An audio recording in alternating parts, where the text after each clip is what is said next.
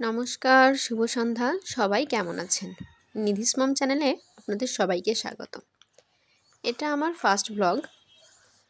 তো রান্নাবান্না দিয়ে ব্লগটা শুরু করলাম। আজকে খুবই সাধারণ একটা জিনিসই রান্না করব, সেটা হচ্ছে নুডলস। ভাবলাম শীতকালীন কিছু সবজি দিয়ে নুডলস রান্না করি। যেমন ভাবনা ঠিক তেমনই কাজ। চলে আসলাম রান্নাঘরে। এসে এই যে পেঁয়াজ আর মরিচ কেটে ভাজতে দিয়ে দিয়েছি, আর এদিকে কিছু সবজিও কেটে নিয়েছি। এই যে সবজিগুলো কেটে ধুয়ে দিয়ে দিলাম প্যানে। এখানে কি আছে? আলু, ফুলকপি, বাঁধাকপি আর কিছু বরবটি। এটাকে লবণ হলুদ দিয়ে খুব ভালোভাবে ভেজে নিয়েছি। এবার দেবো এটা একটা ডিম। আমি একটা ডিমই দিয়ে দিলাম, কারণ কি জানেন, রান্না করবো তো ভেবেইছি, কিন্তু যখনই ফ্রিজ খুলে দেখি একটা ডিমই পড়ে আছে। তো ভাবলাম যেহেতু সবজি আছে, একটা ডিম দিয়ে কাজটা এখন চালিয়ে নিই। কি আর করব, ডিম ছাড়াও কিন্তু শীতের সবজি দিয়ে নুডলস খেতে বেশ ভালো লাগে। সেটাও একদিন আপনাদের সাথে শেয়ার করব। তো আজকে যেহেতু একটা ডিম ছিলই, তো একটা ডিম দিয়েই রান্না করি চলেন। এই যে ডিমটা বেশ ভালোভাবে ভাজা হয়ে গেছে।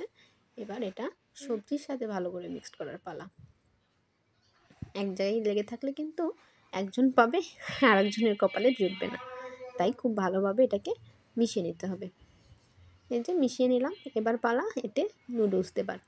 নুডলসটা সিদ্ধ করে রেখেছি আগে থেকে, সিদ্ধ করে জল ঝরিয়ে রেখেছি। এই যে এবার এটাকে সুন্দর করে মিক্স করে নেব। এটা কিন্তু খুবই ভালোভাবে করতে হবে, কারণ নুডলসের সব জায়গায় যদি সবজিগুলো না মিক্সড হয় তাহলে কিন্তু ভালো লাগবে না খেতে। এবার দিয়ে দিচ্ছি নুডলসের প্যাকেটে যে মশলা থাকে সেই মশলাটা। আমি এখানে 2 প্যাকেট নুডলস নিয়েছিলাম, তাই 2 প্যাকেট নুডলসের মশলাই দিয়ে দিলাম। এটাকেও এবার মিক্সড করার পালা।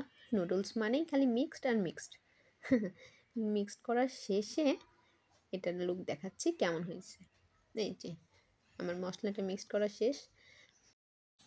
মশলা মিক্স করার পরে মনে পড়লো একটু সস হলে বেশ জমে যেত, কিন্তু দুঃখের বিষয় আজকে আর টমেটো সস বাড়িতে নেই। তো কি করব, এই যে গার্লিক সসটা ছিল তাই একটু দিয়ে দিলাম।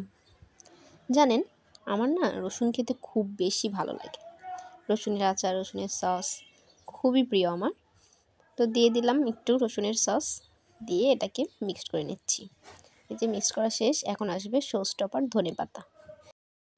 কার কার বাড়িতে সব তরকারিতে ধনেপাতা চলে আমাকে কিন্তু কমেন্টে অবশ্যই জানাবেন। ধনেপাতা দিয়ে মুড়ি মাখা, টমেটো, কাঁচামরিচ, শসা এগুলো দিয়ে কিন্তু বেশ ভালো লাগে। যাই হোক, আজকে যেহেতু নুডলস করছি, নুডলসের গল্পই থাক, মুড়ির গল্প অন্য একদিন করব। এই যে প্লেটে নিয়ে নিয়েছি খাওয়ার জন্য।